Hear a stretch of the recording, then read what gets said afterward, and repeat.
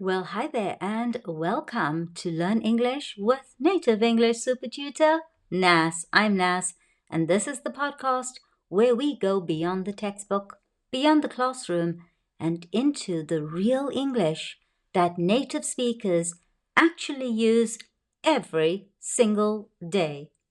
In every episode, I'm going to give you practical tips, tools, natural phrases, and the kind of insider knowledge that most English teachers simply don't teach because, hey, they learned English from a book, not from life. Today we are starting with something that every single English learner struggles with. It doesn't matter what their level is, no matter how many years they have been studying. And this is, how do you start a conversation in English with a stranger, with a colleague, with someone you've just met? And how do you keep that conversation alive once it's started? Because here is the truth. You can have perfect grammar. You can have an impressive vocabulary. But if you freeze the moment someone looks at you and says, "So, what do you think?" None of that matters. Out goes the grammar, out goes the vocabulary. By the end of this episode, that is never going to happen to you again. So, let's get into it. Let me ask you something. Have you ever been in a conversation in English and suddenly silence? Nobody knows what to say. It feels awkward. You feel embarrassed. You start wondering if your English is the problem. I want to tell you right now, it is almost never your English.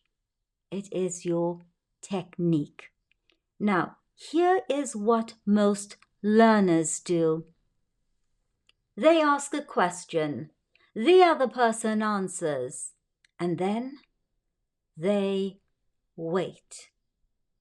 They think, well, I asked my question, now it's their turn. But that is not how natural conversation works. That is how an interview works. And nobody wants to feel like they are being interviewed. The number one reason conversations die is closed questions. A closed question is any question that can be answered with one word. Yes, no, fine, good, London, Tuesday. Listen to these examples. Do you like living in London? Yes. And now what? Did you have a good weekend? Yes, it was nice. And now what? These questions close the door. They slam the door the moment they open it. They give the other person nowhere to go. Open questions, on the other hand, are completely different.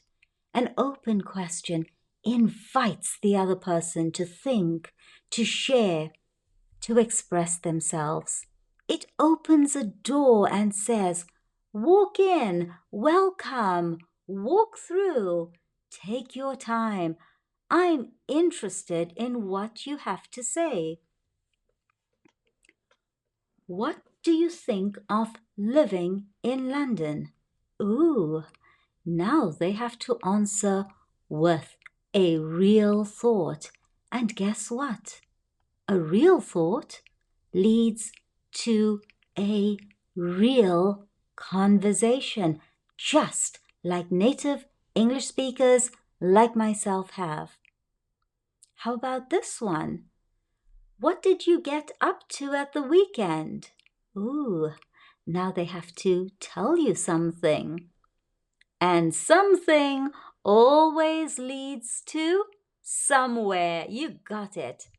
This is the first rule, and it is the most important one. So, moving forward from this moment on, from this day on, never ask a question that can be answered with yes or no.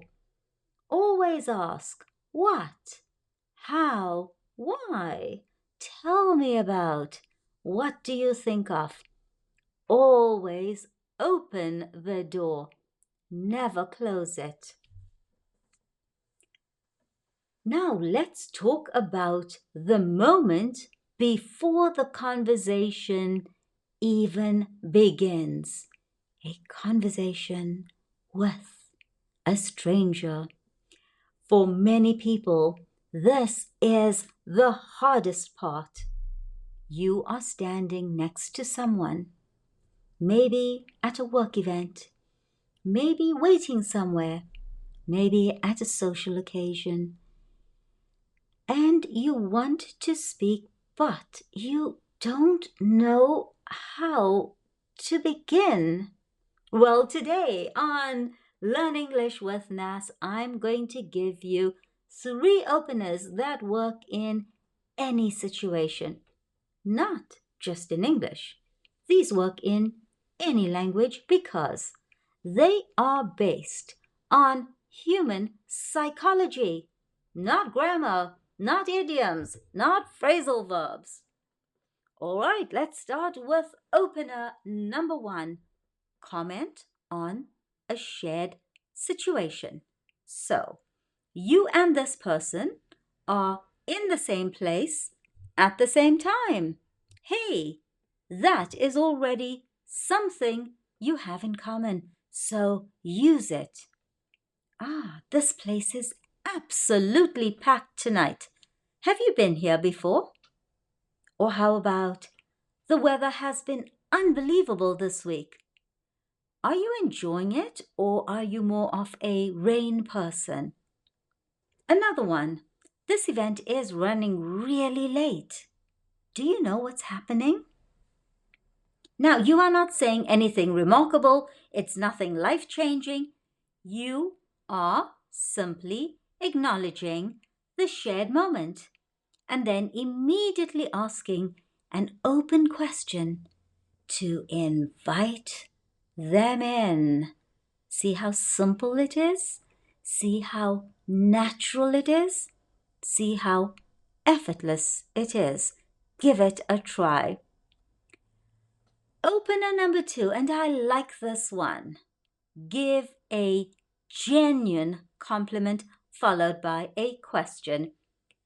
People respond to genuine compliments beautifully, and the key word is genuine. Don't compliment something you don't mean. People can feel the difference immediately. How about, I love your accent. Where are you originally from?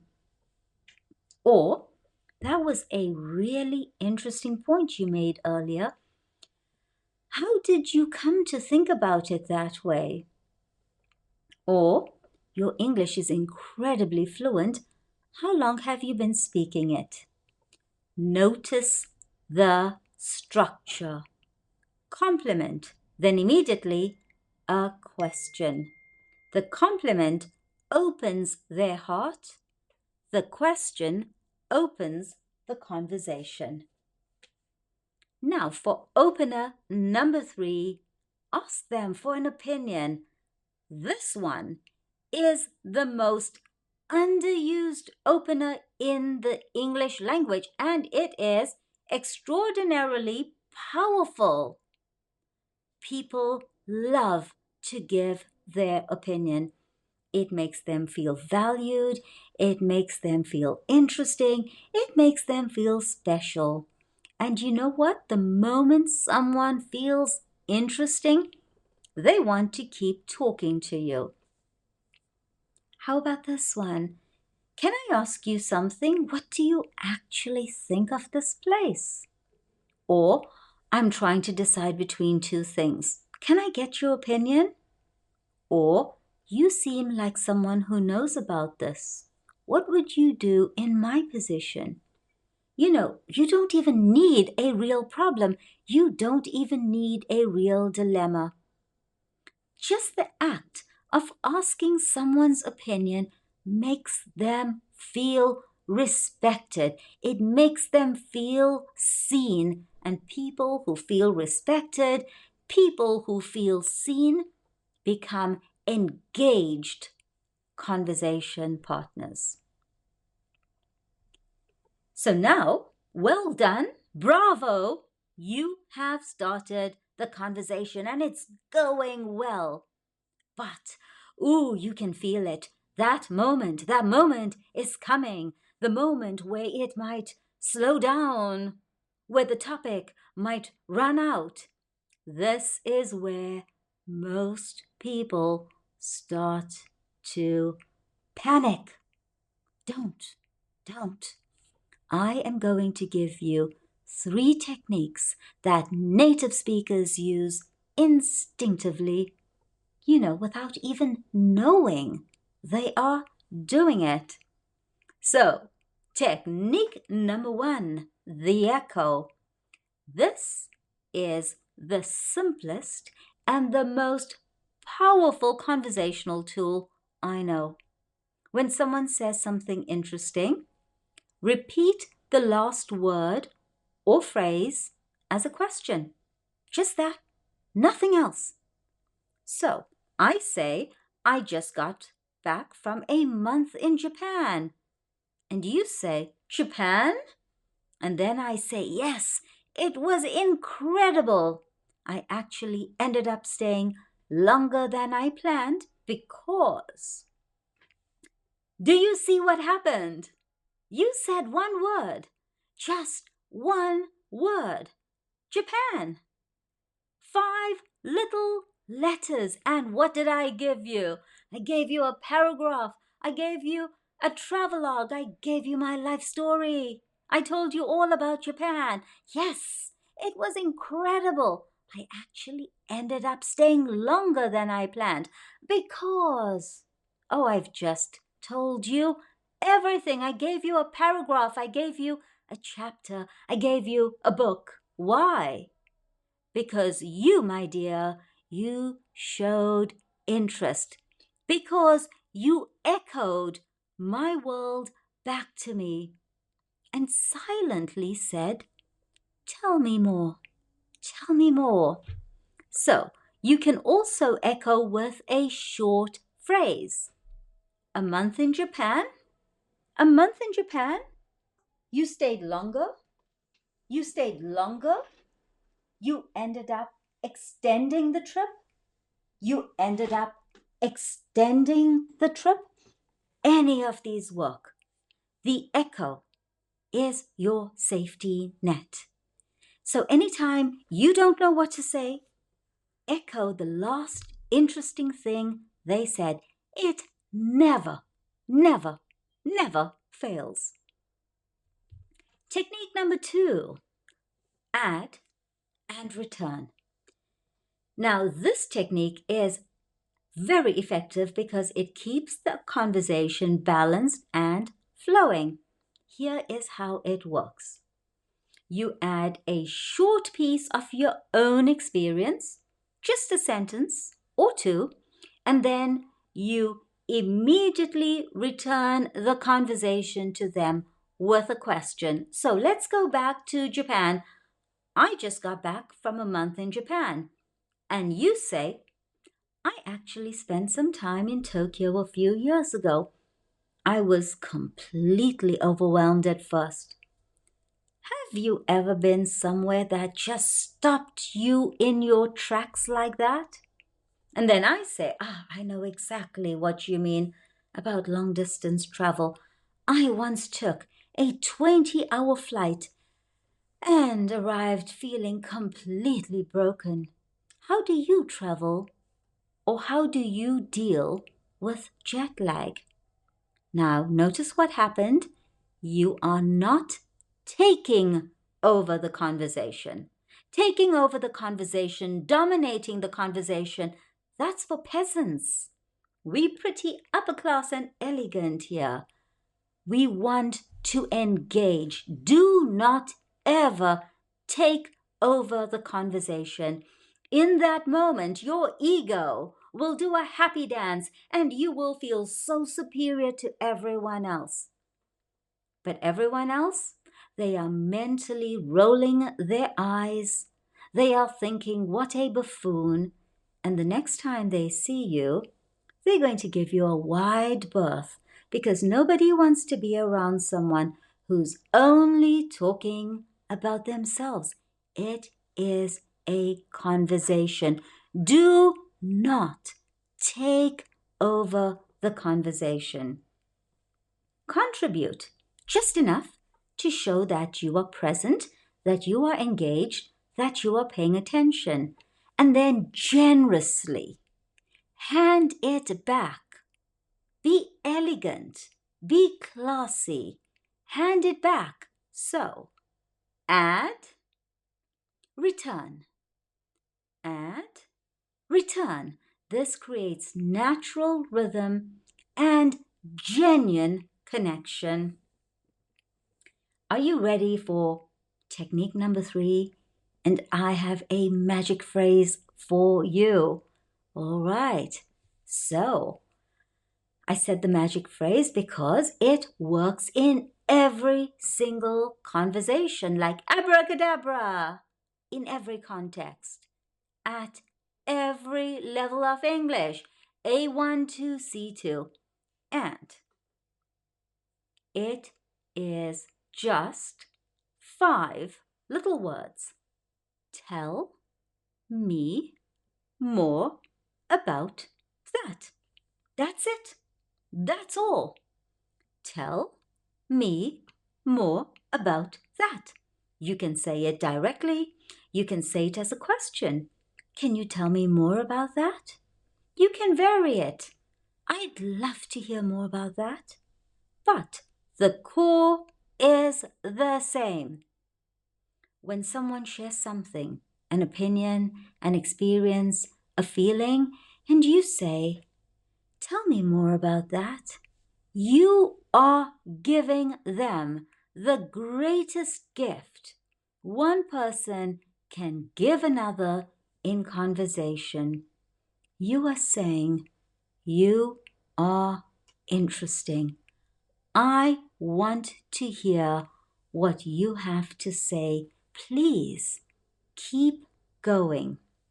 Nobody in the history of the world ever responds to that phrase with silence. Nobody. Tell me more about that. Now, the bad news is that even with all these magical tools I have given you, every conversation has moments where it slows down. And I want you to understand something important. Silence in a conversation is not failure. Native speakers, I'm a native speaker. We have silences too. A comfortable silence between two people is actually a sign of connection, not a sign that something has gone wrong. But if you want to move the conversation forward, here is your bridge phrase, and that's what we're all about here. Bridge the gap. So the phrase, that actually reminds me of something. Can I ask you something completely different? So you want to keep the conversation going. So, that actually reminds me of something. Can I ask you something completely different? Now, this phrase does 3 amazing, powerful things at once. It closes the current topic gracefully without it feeling abandoned. It signals that something new and interesting is coming, and it asks permission, which makes the other person feel respected rather than redirected. So, now what do you move the conversation to? Well, I want to give you 3 topic areas that almost never run dry with any person in any situation. Number 1, travel, because almost everyone has been somewhere or wants to go somewhere or has a strong opinion about somewhere. Have you traveled much? Opens a world of conversation. The other topic, second topic, is food. Food is universal. Food is personal. Food is endlessly interesting. So a good question would be, have you found anywhere amazing to eat recently? It works at a dinner party. It works at a work event. It works while you're waiting in a queue. It works anywhere. The third topic, plans and recommendations. So, are you doing anything interesting at the weekend? Or have you seen anything good recently? A film, a show, a book, something on Netflix? These questions invite people to share something they are enthusiastic about. And enthusiastic people are wonderful to talk to. One thing I want you to avoid, at least in early conversation, and please pay attention to this. This is important. Don't talk about controversial topics. Politics, religion, money, no. Not because these aren't interesting. They are. They're very interesting. But they require a level of trust that early conversation hasn't built yet. You don't know the other person. You don't know their political views. You don't know their religion. You don't know their financial situation. You don't know how they feel about money. You don't know their value system. Those topics require a level of trust, and that trust is not available in an early conversation. Trust takes time. Save those topics for when you know someone better. Also, avoid this one, talking only about yourself. This sounds obvious, but it is the most common, irritating, annoying mistake that even fluent speakers make. Conversation is not a monologue. It is a tennis match. Hit the ball, wait for it to come back, hit it again. But I want to say something about avoid talking only about yourself. A conversation is not your soapbox to stand up on and expound your views about everything. We are not here to be lectured by you. We are not here to be minions listening to your moral diatribe. No, we are not here to listen to you talk about how fabulous your life is and all the trips you went on and your amazing job. We are not your audience. We are equal participants. It is not a monologue. It is not a lecture. It is not an ego-boosting speech about me, me, me. It's a tennis match. Hit the ball. Wait for it to come back. Hit it again and keep going. And then you have game, set, match. Let's bring it all together. Today you've learned 5 things that are going to change the way you have conversations in English forever. This is probably the most important podcast you have ever listened to. As an ESL student, this one is life-changing. Number 1, always ask open questions. What? How? Why? Tell me about. Never close questions. Never yes or no. Number 2, use one of the 3 openers. So comment on the shared situation, give a genuine compliment, ask for an opinion. 3, use the echo. Repeat the last interesting thing they said as a question. 1 word is enough. Do you remember the 1 word in this podcast? Japan? Yes, well done. Number 4, add and return. Share briefly, then hand the conversation back. Number 5, use our magic phrase, abracadabra. Tell me more about that. Now, here is your task for today. Just one thing. Have one conversation in English.